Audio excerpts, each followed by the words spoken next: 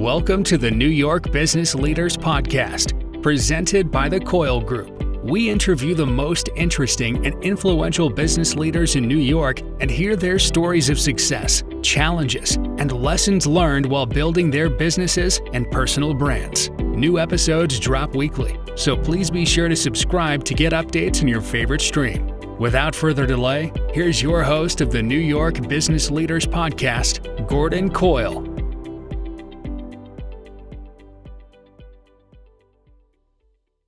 Welcome back to the New York Business Leaders Podcast. I'm your host, Gordon Coyle. In today's episode, I get a chance to speak with John Ippolito, who's the Regional Vice President of BNY Mellon Wealth Management for the tri-state area. And we get a chance to talk about how he's growing the region, what the firm offers, the types of clients he works with, and so much more. Great conversation not only about wealth management, but also about how senior advisors across any industry approach their business, their client interactions, and how we all make deals happen. So it's really a good conversation, refreshing perspective. If you'd like to get in touch with John, his contact info will be in the show notes and the description box on YouTube.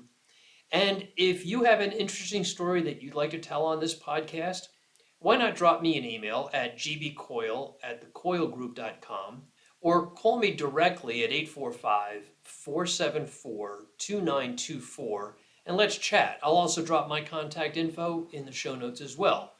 Without further delay, let's get on to the show.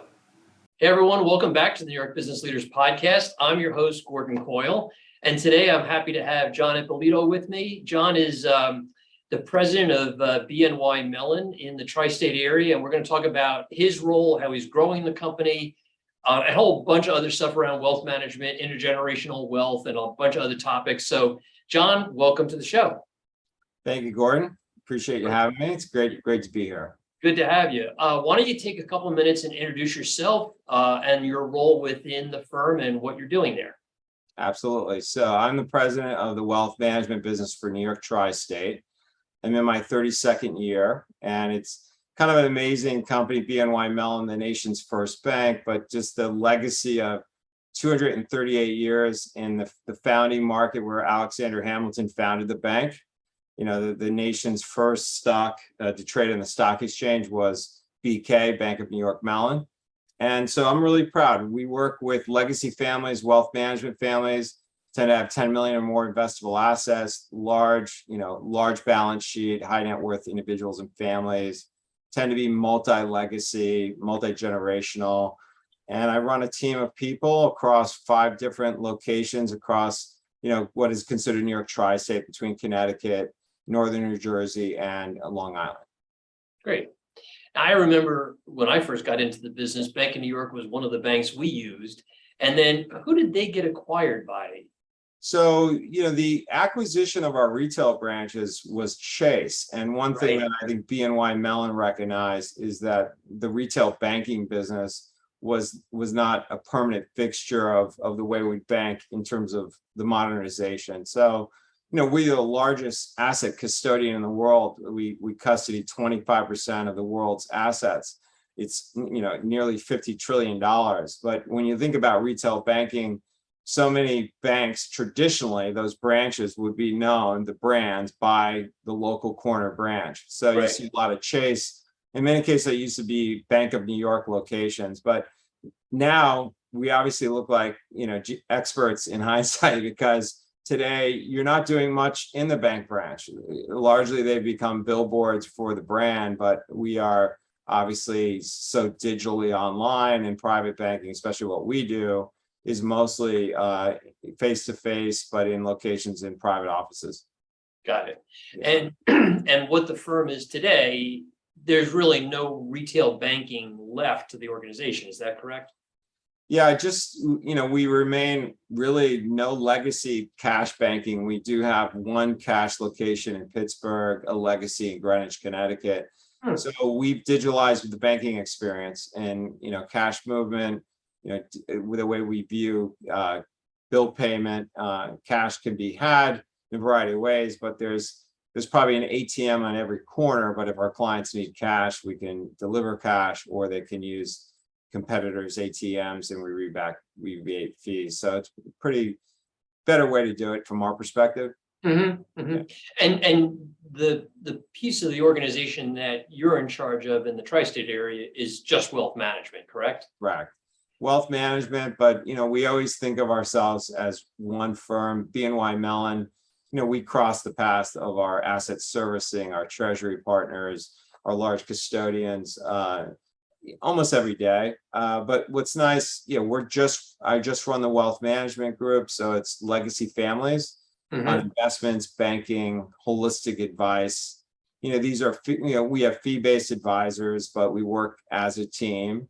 And really, we have what I think is the best-in-class professionals that are fiduciary focused towards the families we work with. And, we have great talent and momentum right now. I'm just very proud to be with this organization because we went into COVID, we went into a really odd environment in a relationship-driven business where we're meeting electronically. And now things have opened up and you really feel that energy of a lot of people we've hired or retained through what's been a very interesting people management environment. Yeah. I think a lot of industries are feeling that right now as well. And I think that you hit a good word. There's a lot of excitement to get back out and meet people, meet your clients, meet your prospective clients, talk to them face to face. I mean, this Zoom thing is nice and it's productive, but it's not necessarily as good as meeting somebody face to face. Yeah, and you think about the families we serve. You wouldn't envision meeting with your family for a Thanksgiving or high holiday meal where you're doing it virtually, right? Yeah. We need to be face to face across the table, read the body language of the family members we work with, measure the risk tolerance. And this is a relationship driven business with professionals that, in many cases need to be in office collaborating together. I think the nice thing about our work model at BNY Mellon is we have embraced a hybrid model where we're 3 days in the office and 2 days remote, but many of our professionals are in more than that.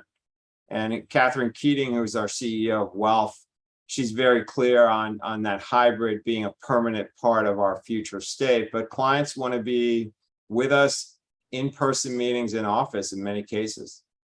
So tell us about who your clients are and what you're doing for them a little bit more specifically.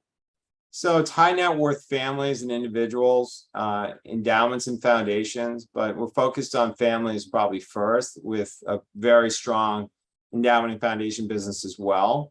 We're looking for individuals that have at minimum 10 million investable assets.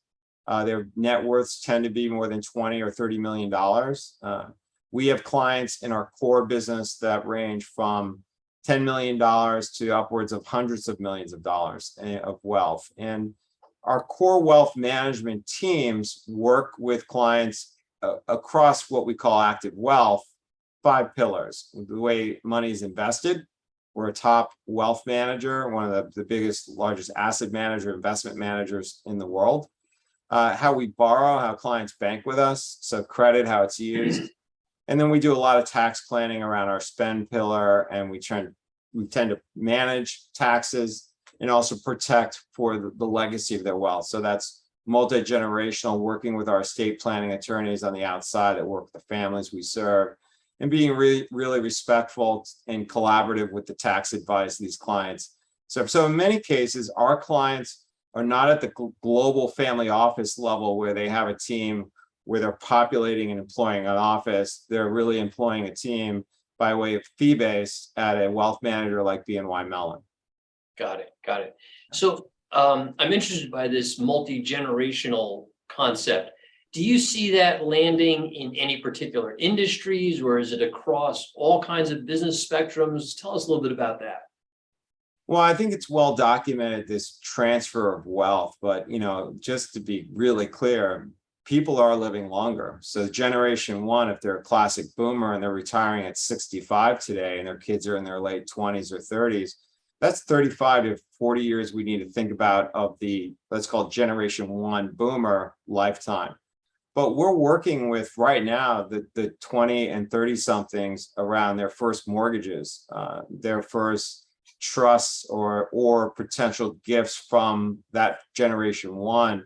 family education and governance is, I think, one of the best things that we provide. Sometimes the parents or the family members are not in that great position to counsel, to teach. And that's where a great wealth manager and relationship with a BNY Mellon team makes so much sense, so much impact. So we will host a variety of events that are focused on family, children.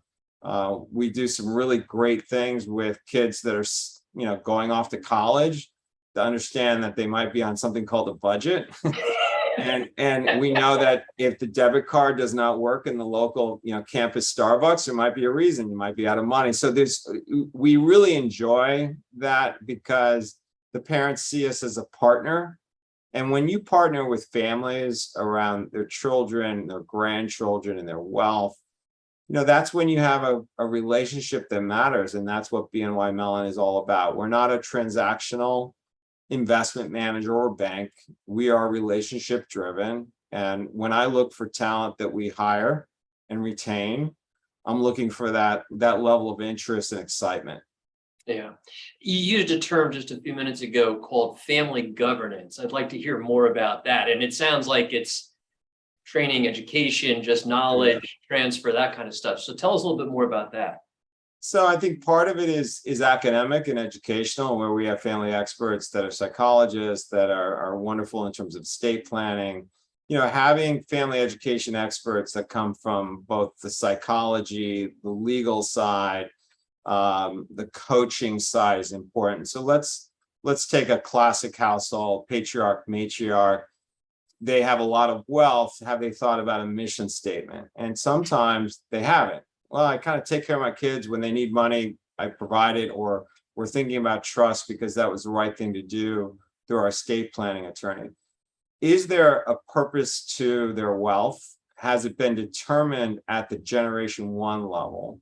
Do they have a mission statement? The mission statement might be, most of my money is going to charity. I'm going to provide my children with an education and maybe a first down payment on a home. Beyond that, they're off the family payroll. So what we try to define through that, how can we be good partners? But in many cases, that inheritance will go to their children or their heirs, or to a portion of it being philanthropic. So providing meaning to that wealth. And really, when you go north of $50 million of assets, the choices they have are numerous, and potentially the trajectory of problems increases because, with wealth does come complexity.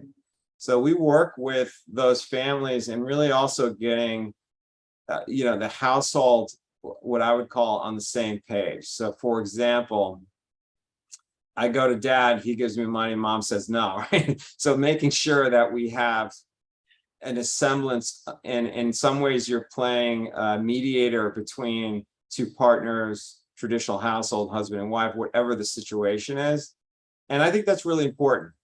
So family education runs the gamut. We have formal programs that might start with almost like a business plan, and others that are less formal, that are more a la carte, that we would provide clients per typically the family's first perspectives on it.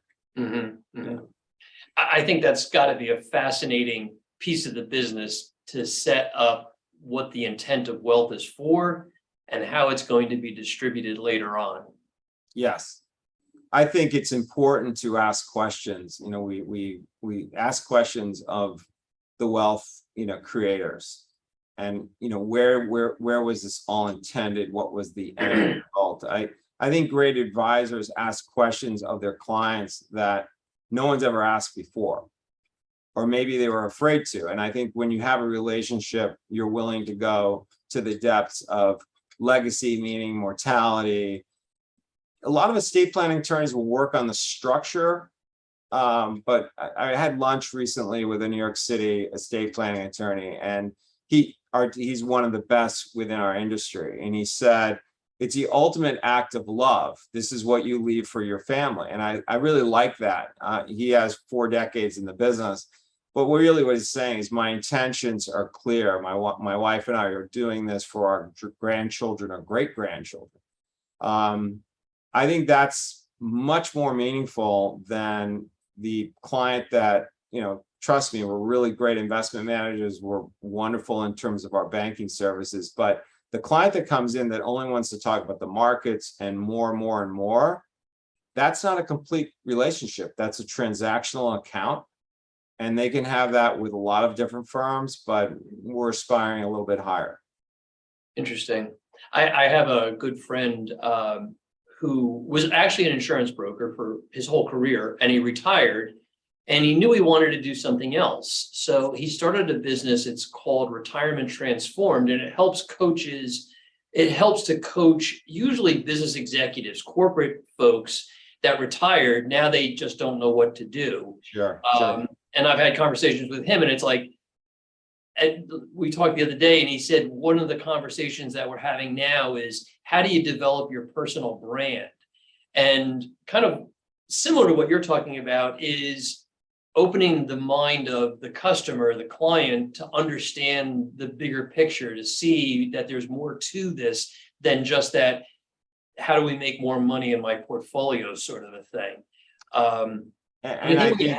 Yeah, no, please finish, Gordon. I was going to say, I think when you have those kinds of conversations and you expose your clients to broader ideas and things that maybe they never even considered, it's a very enriching experience, and it helps bind the client closer to you in a way that the transactional piece of it that you've talked about already doesn't.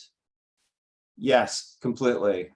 We had a recent win that was 9 figures, nice relationship, and the family came in prepared with an advisor from the outside to interview us. And the first thing they want to talk about was a very isolated investment solution set, small cap growth, and our perspective on stock classifications. And instead of answering the question, I said, I failed to see why that's important. Okay. And I remember at the time, the advisor was thrown off because you're prepared to ask these 7 firms these questions and then compare. But I realized that the matriarch leaned in, so did the patriarch. And I said, from what I understand about your family, and then turning my attention to all 3 of them, is that, this certain level of wealth exists. And we ran through, and I knew there were blind spots within there. They were treating it, this ex-executive, as a classic, we're putting out for bid. That's not what you're looking for, a partner. And you're looking for, and so it's really interesting. It's business that we won. And I think it's because we changed the conversation. And I think you have to take those risks if you're willing to have better relationships. And I'm proud to say we're a year with this family. And to me, we're making a difference in the right areas. Yeah, I'd agree with you 100%, because we see it in my own business when I ask those kinds of questions. Yeah. And I find that reflective when I'm being pitched something. If somebody doesn't say to me, for example, not too long ago, I had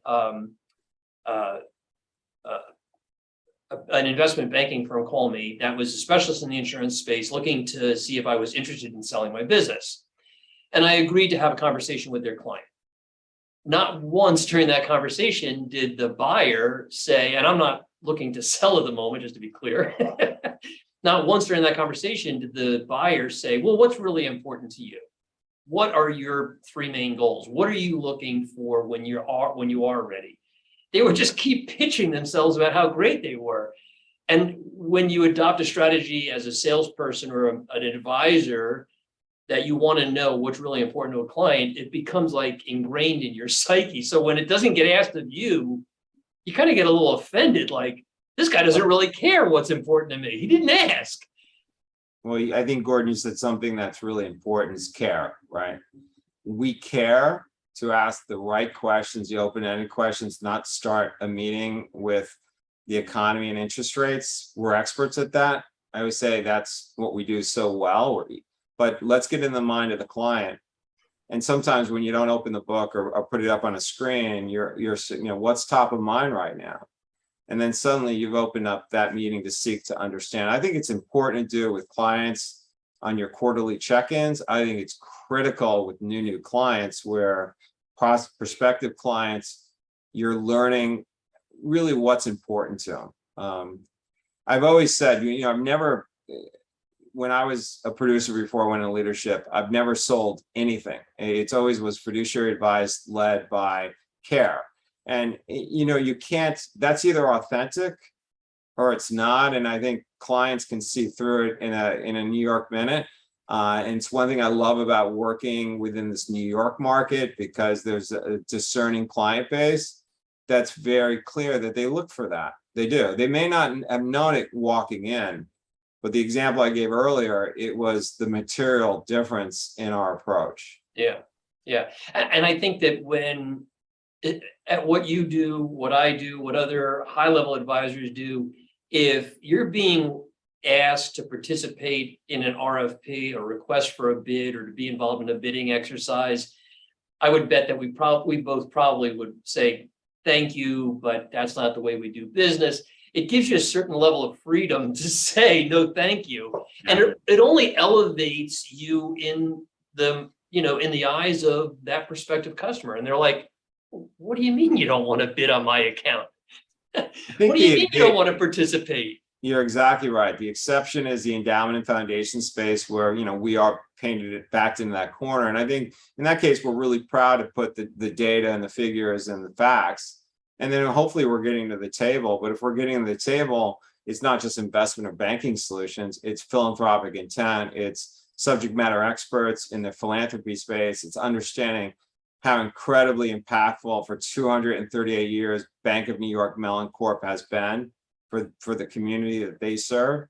Mm-hmm. So it's interesting, even when it shades a little institutional with the foundational board and the head of an investment committee, the same rules can apply. You mechanically go about it differently. You hope to make it to that last interview side, but I think that's what's wonderful about the wealth management business, whether it's mostly families and individuals, but even with endowments and foundations, is that question of purpose. Mm-hmm. Mm-hmm. In my notes, I think I read that you're starting to build out a bigger team at the firm. Yeah, no, I've hired a lot of people in the last year. And what I love about, just to give you a perspective, so in the last 15 months, I've interviewed 163 people. Wow. I make it part of my weekly routine. Sometimes it's a coffee conversation, most from other firms. And what I'm seeing and hearing is just a lot of concern about the way their organizations are being run or the way their organizations are being led. So we're expanding, and what's been great about our business is we're legacy New York tri-state, but again, looking to add talent, the right talent that complements our next gen that we're hiring out of college to our very senior ranks. And I think when you do that right, it's exciting to me to see it come together. And I would say we are probably on our best hiring that I've been told by people who have been here for decades. They just feel like it's the best mix of people, great diversity, great inclusion, also really good mentoring and reverse mentoring. But no, we're always looking, because talent is hard to come by, and especially where it's a combination of someone going out of college or somebody that recently is just looking to change firms. And that was going to be my next question is most of the advisors, are they coming from other advisory positions at other big name firms? Yeah, in most cases, yes. But we, like any other firm, have lost some people, and we've had 3 or 4 rebound back to us. Understand culturally there's a lot of good things happening, so that's been great in some cases, leadership roles. But in other firms, again, what I'm looking for is not dissimilar to what I would see in a would-be prospective client. It's not enough just to want to make a lateral move for a percentage gain. It's really to make a lateral move because they're seeking culture, purpose, better leadership, potentially. I tend to be a servant leader. So I challenge my leadership group across the regions, my market presence team leads, my practice leads, to really focus on their people to the point that they serve, just like us serving our clients. I'm looking for individuals that also want to find that. And I can see it's in short supply within our industry. We're all numerically tied to scoreboards. but that's part of what we do. The other side, though, is, you have to think about culture, partnership, talent every day. People, I think coming out of the COVID, very tough re-engineering people back to the office. I'm in Midtown Manhattan. We're in the MetLife building, and it's the hardest sell, right?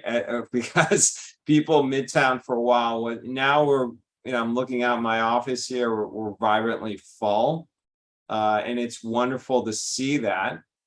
But they're coming back for the right reasons. They want to see each other and be part of this collaborative culture. That's great. I wanted to just jump back to this multi-generational wealth. And I think I asked, do you see these wealthy families predominate in any particular industries or verticals? It depends on the market itself, right? So Okay. I ran markets in California, and it ran, biotech and technology and core engineering and construction companies. In New York, it runs the complete gamut. You have your wealth earners through, employment, C-suite executives, very successful executives at big companies. We have a lot of founder wealth. They're private equity, venture capital, or own businesses. And then there's, of course, the legacy. But a lot of our new clients are baby boomers that created their own wealth through a variety of ways. And many of them were completely self-made. A lot of business owners that are it's a liquidity event. Or potentially, we do acquire a lot of clients from other firms simply because they're looking for a more holistic team, and they may have been with an advisor for years, but for pardon the expression, they're with a potential investment broker, traditional, one shop, one person. And that's, we see more people coming that are just the complexity of tax, family, and life leads them to BNY. I'm sure there's some interesting stories in those self-made clients that have built a business and exited, or it's a multi-generational business. Those are some of the favorite clients to speak to in my world. Oh, I completely agree. I had a client that was, I had a client that I've had for 20 years, and recently we had a meeting and was always uncomfortable with the word billionaire. Never used it. And finally, this client used it in a meeting. And I just because I heard it, and it was an interesting exchange because I said, that's the first time I've heard you use that word. And he said, I'm finally comfortable with it. And I think part of it was just feeling like potentially it was a mirage, but high levels of liquidity, high levels of balance sheet wealth. But it's interesting. You hit that trusting plateau, and then you're really part of their family long term. That's great. John, it's been a good conversation. Did we miss anything? Is there anything you wanted to add into the mix that we wanted to talk about today? No, I think we covered a lot. I mean, I just appreciate the questions, Gord. I mean, obviously you're an insightful advisor, and running a business yourself, you seem to really be clear on what we're doing. I mean, look, I feel very fortunate to work in wealth, and I think we covered so much of it, but really appreciate the time with you today. Well, it's been great having you on. Thank you for being here. So we'll wrap it up. The one thing I didn't ask you is, if somebody wanted to get in touch with you, what's the best way to do that? You can call me my direct number at 212-922-4545, or you can email me at John.Ippolito@bnymellon.com. So, or just go on our website, BNY Mellon Wealth Management. And if you're in a different part of the country, you can actually toggle through locations and send us an email. So always looking for new introductions of clients, and happy to pick up my phone for anybody calling in. Great. And I'll put your contact info as well in the show notes. Great. And in wrapping up, if you have an interesting story that you'd like to tell on this podcast, reach out to me. My contact info will be in the show notes as well. And until next time, stay well. All right. You as well, Gordon. Thank you. Thanks.